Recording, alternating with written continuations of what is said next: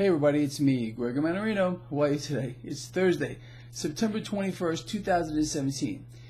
Alright, so today, lots of stuff going on. I want to cover this and try to put a perspective on, again, a bunch of things. Yesterday, we heard from Janet Yellen, chairwoman of the Federal Reserve, who attempted to put her vision of unloading or normalizing their out of control balance sheet for the market, try to put it into some kind of a blueprint here. Meanwhile, you know, she did say that it's all subject to change because it's data dependent. Now, let's clarify a few things here if you don't know already. Where we are right now in history has never been seen before. So, Janet Yellen or any member of the Federal Reserve can come out and try to, again, outline a blueprint as to how they believe things will unfold. There are no models here. None. They can't dot plot anything. They can't compare it to history because we've never been here before. So, what Janet Yellen is outlining is a theory, okay? What we do understand about the Fed is they never, ever, ever get anything right. So, that is a little scary. If you were to turn on CNBC, for example, they're going to talk about how stocks can continue higher in a rising rate environment. And this is true. This has happened in the past. But not with a Federal Reserve who has had to inflate its balance sheet 500% since the 2008 meltdown. Again, it's epic and it's out of control.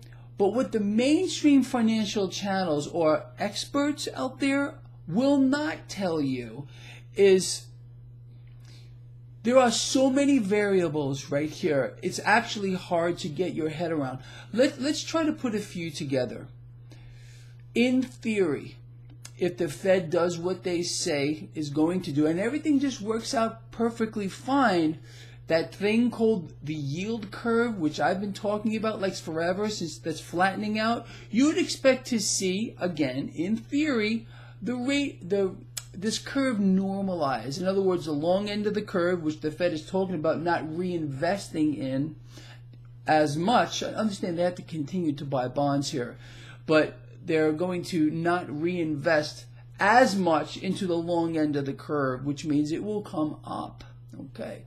Now, yesterday we understand that the Fed left the federal funds rate unchanged. So again, in theory, that will push the curve like that, which is a good thing for the banks, for the financials.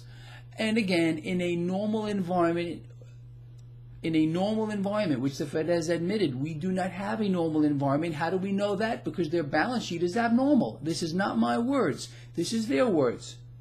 And this is uncharted territory. Now, come December, if things go the way the Fed believes they're going to go with regard to the yield curve, I have a lot more I want to talk about. You would get the long end of that curve coming up, the yield curve would normalize, and then you would get a bump in the federal funds rate if the Fed decides to raise rates come December. In theory, if this goes well, it may play out to be not that disruptive to the market, but there are several big problems for the Fed here. You see that thing there? Okay, here we go. Number one here is housing. The Federal Reserve has inflated a bubble in housing on the back of the debt bubble. They're holding huge amounts of mortgage-backed securities on their balance sheet. So, if this yield curve starts to normalize, what will that do? Or what has it proven to do over time? And logically, what do you imagine that would do? It'll pressure housing. We're already starting to see pressure on housing build up.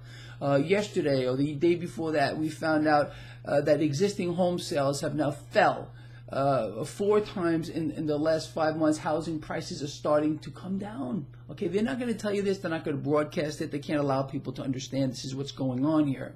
They're going to tell you it's because there's not enough inventory and blah, blah, blah, which you would imagine would be driving prices up, not down. Okay, supply and demand. You heard of these things? I'm sure you have. Okay.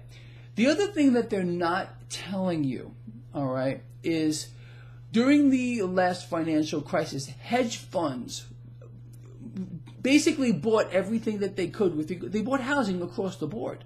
Now, these hedge funds here, if they start to notice that housing is starting to drop, what do you think they're going to do with regard to all of the houses that they're currently holding and renting out? They're going to sell these things. Okay, they're going to dump these onto the market, and all of this is going to weigh on housing. So there's a potential here for that wealth effect that the Fed has created. Everyone feels like, hey, you know, my house has gone up, so I'm richer now. So you can see how that has the potential to play out in a very negative way. Now, the other thing that you're not going to hear about on the mainstream is the dollar. No secret if you follow this blog. I've been talking about it. I've been pretty much screaming from rooftops about how the dollar peaked in December. It has gone virtually straight down to where we are today. We had a bump yesterday on the news that the Fed, is going to start tightening, but that bump has burned off a little bit today. Dollar is down. Didn't play out too long, did it? The same thing here with bonds. They're not doing too much of anything today, but the dollar is huge. And there's where the Fed has a real balancing act here. You would imagine that in a rising rate environment, the dollar would get stronger. The Fed has a problem here because they're determined to keep the stock market inflated, but they're going to run into a few brick walls. If the dollar, okay, and I'm not saying it's going to do this because, again, this is all theory and I'm speculating a lot. If the dollar does strengthen here, how would you imagine that's going to affect multinational companies? Well, it'll hurt their earnings moving forward. Understand? It's pretty simple. So there's a lot of obstacles here. There's a lot of variables here. I just outlined a couple. So understand, this probably will not play out to be as easy as the Fed wants you to believe, as the CNBC people out there want you to believe. So forget about what they're telling you. This is, again, we have never seen this before. It's historic. After this plays out, the Fed will have a model to measure it against if they ever have to do this again. But right now, there's nothing to weigh it against. And the Fed has a few obstacles. How is this environment going to affect housing? The writing is on the wall as far as I'm concerned here. Housing prices are going to come down. Are they going to come down rapidly? They might. There's a lot going on here with regard to a reinvestment into mortgage-backed securities. You understand? Just like last time. Nothing was ever fixed. Okay, the dollar is a major issue moving forward with regard to multinational companies. So there you go. So you can have pressure on this market from several different ways. Just because rates are rising in a theoretical way doesn't mean that stocks are going to rise with them. Okay, the dollar is going to play a major role here. The wealth effect is going to play a major role here. They may find ways to keep this market moving higher. I personally don't care which way it goes. You know that if you follow my work.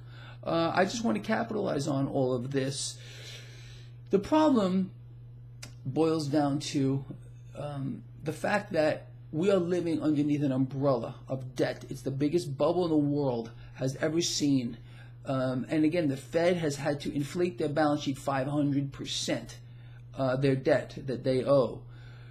So again, the debt is not an asset. This is a liability. It can never be paid back. We understand that. But the fact of the matter is very simple. The system demands that more debt be borrowed into existence every single day in greater and greater amounts to sustain where we are. And it's going to continue to do that until it doesn't. So fall back on my premises since day one.